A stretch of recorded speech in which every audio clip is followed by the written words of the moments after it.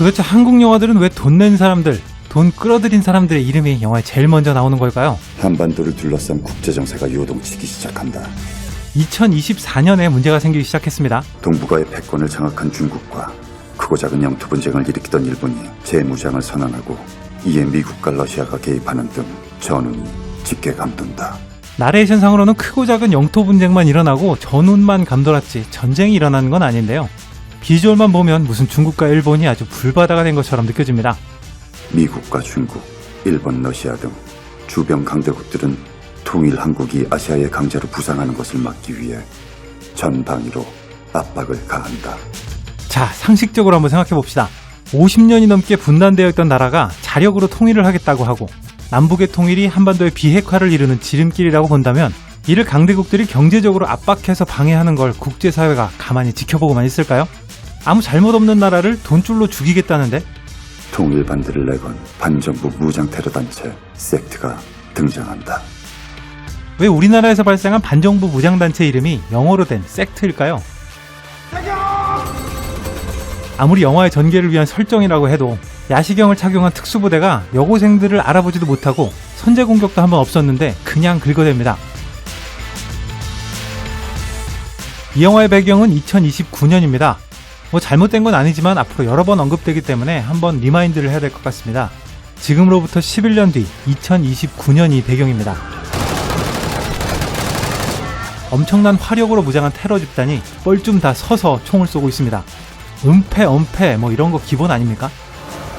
이 드론은 정말 대단한 첨단 기술로 만들어져서 사람들 뒤통수만 보고도 누군지 정확히 확인이 가능합니다. 여기가 놈들의 마지막 남은 거점이다. 샅샅이 뒤지고 끝까지 쫓는다. 지도 왼쪽 위에는 좌표가 있습니다. 북위 36도 33분 46초, 동경 128도 45분 59초. 여길 구글 지도에서 찾아보면 경상북도 안동시에 있는 휴그린 골프장 앞길이 나옵니다.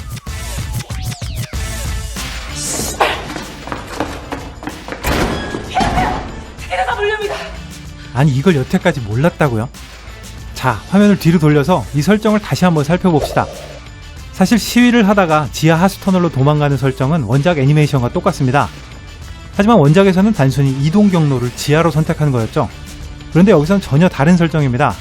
여기가 놈들의 마지막 남은 거점이다. 샅샅이 뒤지고 끝까지 쫓는다. 바로 이곳에 이들의 최종 근거지가 있습니다. 광화문 한복판에서 시위를 하다가 특기대가 투입되고 최첨단 드론들이 쫓아오는 상황에서 자신들의 마지막 근거지로 데려다주는 꼴이 되죠. 아주 그냥 주소를 문자로 보내주지 왜 이런 고생을 하는 걸까요? 채널 타로 바꾸고 중앙로로 이동한다. 채널 타로 바꿔 중앙로로 간다. 다 같이 인이어를 끼고 있는데 왜 굳이 육성으로 전달을 해야 할까요? 아니 방탄으로 된 방패를 들고 있는데 일렬로 쭉 서서 총 쏘면 뭐가 해결됩니까?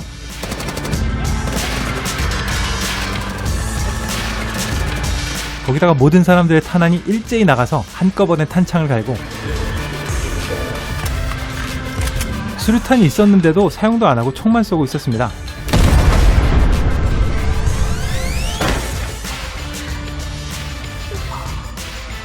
사실 우유가 가득 들은 새 팩은 이렇게 물에 뜨지 않습니다. 궁금하시면 한번 새 우유팩을 물에 한번 던져보세요. 야 이거 빈통이야. 미련을 버려. 화면만 문득 보면 이 소녀를 스캔하고 있는 것 같지만 그림을 보면 사실 자기 몸을 스캔하고 있습니다. 근데 너 얘 알잖아. 너의 유일한 단짝 친구 수린. 자폭 사고로 촉발된 특기대 해체의 목소리가 점점 더 거세지고 있습니다. 아무리 한반도 경제가 파탄 났다는 설정을 감안하더라도 정말 2029년에 인력거가 등장할까요? 오늘은 공안부에서 특별 조직한 진상... 오늘은 2029년 10월 22일 추석이 한참 지난 가을의 한복판이겠죠. 그런데 서울 날씨는 27도에서 37도로 폭염이 예상됩니다. 지구온난화가 정말 심각한가 보네요. 이 평화민중일보의 홈페이지는 phnews.com입니다. 이 웹사이트 주소는 실제로 존재하는데요. 이 주소로 접속해보면 이런 영상이 나옵니다. 2029년의 언론사 홈페이지는 상당히 개방적인 것 같습니다. 특혜식의 전술이 예정만큼 효과적인가 하는 데에 대한 군경을 비롯한 각계의 전문적인 진단이 필요한 것 같다. 이게 기자회견은 어디서 반말이야. 이게 갈라진 벽 등 그 밑에 떨어져 있더라. 폭발물 가방에 들어있던 다이어리가 이렇게 터진 폭발물과 같은 가방에 있던 다이어리가 이렇게나 멀쩡합니다. 심지어 인형까지 그대로 있죠. 이거 무슨 방탄 인형인가요?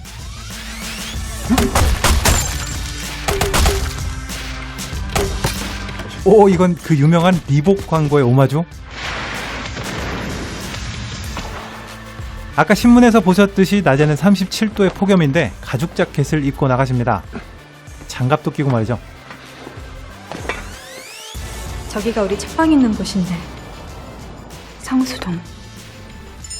아까 분명 성수동이라고 했는데 아벨 서점 인천 동구에 있습니다. 그렇다면 서점만 인천 동구에 있느냐? 국공립 금창 어린이집, 실감 콘텐츠 체험관 탐, 분명 인천 동구의 금곡동입니다. 이 차는 헤드라이트 모양으로 봤을 때 2015년형 K7입니다. 2016년부터는 라이트의 끝이 번개 모양으로 바뀌었죠. 국가의 최대 권력인 공안부 제1차장님께서 14년 된 차량을 타고 계십니다. 이런 비밀스러운 거래를 뒷골목에서 하고 있는데 차의 실내등을 켜고 얘기하고 계십니다. 이 면도사분께서는 셔츠에 거품을 다 묻히고 있습니다. 근데 혹시 들어보셨습니까? 있는. 그런데 방금 반쪽만 발랐던 거품이 말끔히 다 사라졌네요. 이 영화는 한국의 경제 파탄으로 길거리에 차가 거의 없고 이렇게 폐허가 된 차량이나 인력거가 등장합니다. 하지만 바로 저 너머의 길에는 수많은 차들이 주차되어 있고 잘만 돌아다니고 있죠. 경제가 파탄나도 뽑기방은 여전히 성행하는 것 같습니다.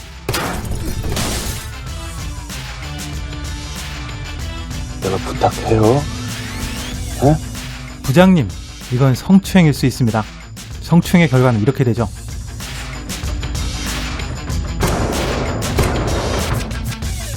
이 택시는 현대 6세대 소나타인 YF 모델로 영업용 택시 모델은 2016년에 단종되었습니다. 중형 택시의 법적 운행기간은 7년, 안전진단으로 최대 2년까지 연장을 하더라도 9년 뒤에는 폐차를 해야 됩니다. 13년 된 택시죠. 불법 운행입니다.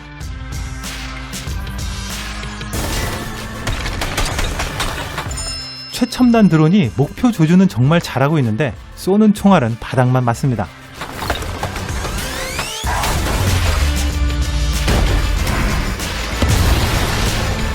차가 전복되고 바로 불이 붙는 걸 보니까 이 차는 BMW인가요? 쇠파이프가 하나 남아있었는데 금방 사라졌네요. 참 잊고 있었습니다. 오늘 최저기온은 27도. 그런데 입김이 쏟아집니다. 이 차는 기아 로체 초반 모델로 2008년에 단종됐습니다. 아까 소나타보다 더한 20년 넘게 운행하고 계신 불법 택시죠. 나 지금 B1 지역에 내려와 있어. 각자 위치 보내.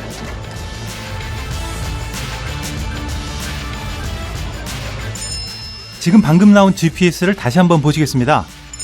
처음 위치는 전남 장성군에 있는 내장산 국립공원 앞입니다. 그리고 바로 3초 뒤에는 북한 남포항에서 138km 떨어진 해상에 있습니다. 3초 만에 직선거리로 400km 정도를 이동했다는 말인데요. 공안부가 그동안 인랑을 잡지 못했던 건 인랑이 퀵실버급의 초스피드를 가진 초능력자이기 때문입니다.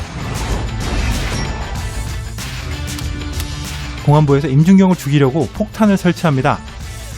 물론 원격이겠죠.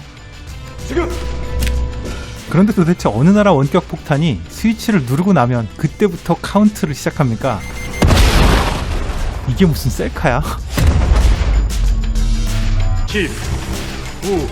이분들은 정말 들어올 때부터 온갖 똥폼을 다 잡고 들어오신 공안부 특수 임무대인데요. 이렇게 멋지게 준비하는 최첨단의 무기가 작살입니다. 아주 정말 작살입니다. 아주 그냥. 아니, 다리에 작살을 맞출 수 있다는 건 총도 맞출 수 있다는 거잖아요. 그냥 총으로 다리나 발을 쏘면 되지 왜 작살을 쏩니까? 특기대가 무슨 조스인가요? 한 번 때리면 사람이 날아가고 벽돌이 박살납니다. 사실 특기대 장비는 아이언맨 수트가 아니라 그냥 방탄 철갑만 두른 갑옷인데 입기만 하면 이렇게 전투력이 슈퍼히어로급으로 상승합니다. 그런데 이분 전투력도 만만치가 않습니다. 특기대 주력 무기는 2차 대전에서 연합군의 지옥을 선사했던 독일 무기 MG42 기관총을 기반으로 하고 있습니다. 모양만 봐도 딱 MG42죠. 연발 사격만 가능한 기관총으로 분당 1200발, 1초에 20발이 총알이 발사되는 총입니다. 그런데 이 총으로 여기서 이렇게 맞고 또 여기서 이렇게 맞는데 절대 죽지를 않습니다. 물론 죽긴 죽죠. 또 나왔습니다. 벽돌 부수기. 벽돌이 산산조각나게 머리를 정통으로 맞았는데 피 한 방울 흘리지 않고 멀쩡히 일어납니다. 어쩌면 경제가 파탄나서 벽돌의 강성까지 엄청 약해진 걸지도 모르겠습니다. 정말 중요한 순간에 주인공 둘이서 총을 겨누고 있는데 대사는 하나도 귀에 들어오지 않고 강동원과 정우성 얼굴만 보인다는 게 이 영화의 가장 큰 문제가 아닐까 생각됩니다.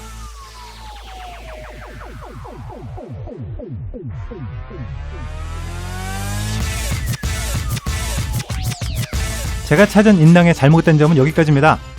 조금 억지도 있고 말도 안 되는 것도 많이 있었지만 그냥 재미로 알아보는 정도로 생각해 주셨으면 좋겠고요. 제가 영상에서 발견하지 못한 다른 오류나 잘못된 점이 있으면 댓글로 달아주시길 바랍니다. 지금까지 빨간도깨비였습니다.